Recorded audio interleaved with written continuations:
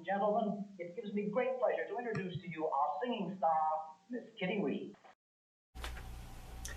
Hello world, this is Miss Kitty Reed, and I'm so excited to be starting this adventure with you. The majority of my channel will focus on Amish fiction books. Now you are either nodding your head in understanding right now or are utterly confused with the concept. So let me set the record straight. First of all, I have my little assistant with me. This is Ruthie. She's an American Girl doll, my first of many, that I got in 2008. Along with Amish fiction, dolls are an ongoing obsession for me, so expect to see a lot more of them throughout my channel. Anyway, Amish fiction is a genre of books about the Amish. The vast majority of this genre is romance. Now, these books are not written by Amish people.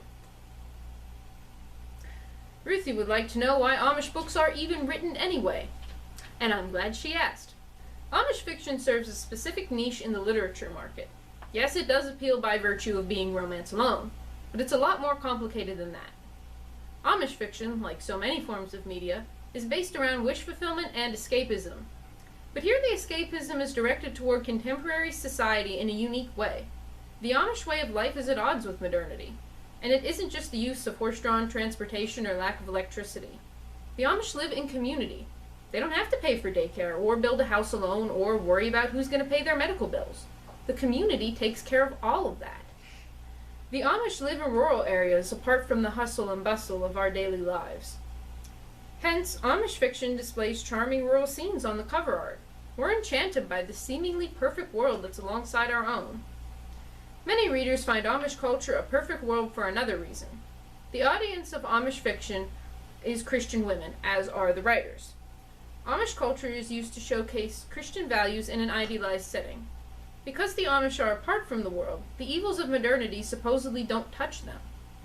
Readers' desire of a solidly Christian culture can play out through the Amish.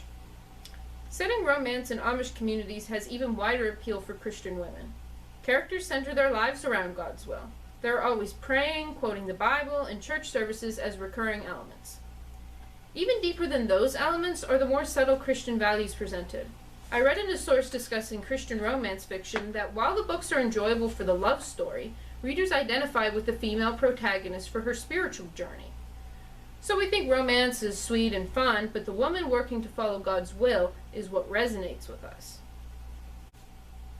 Amish fiction is extraordinarily relaxing, and there are a lot of reasons for that. There are long scenes about baking pies in almost every book.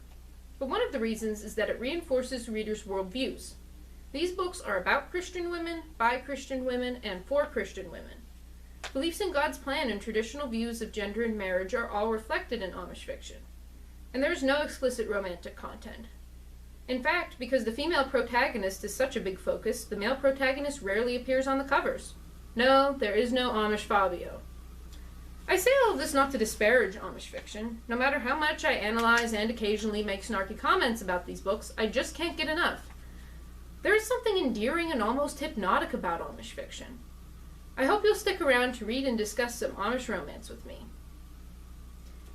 You may ask yourself, of all the people out on the internet, why am I the expert?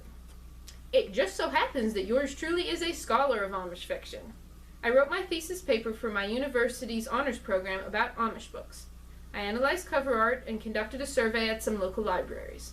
My focus was on what makes Amish fiction appealing, and the reasons found were what has been listed so far. After presenting my thesis to the honors department, I presented a poster on my thesis at the university's research days. Recently, I won first prize at a liberal arts conference in the category of philosophy, religion, and creative ideas. I also won an award at my university for library research. Now, this is not to brag. I want to share my credentials to show my perspective on Amish fiction and say I know a thing or two.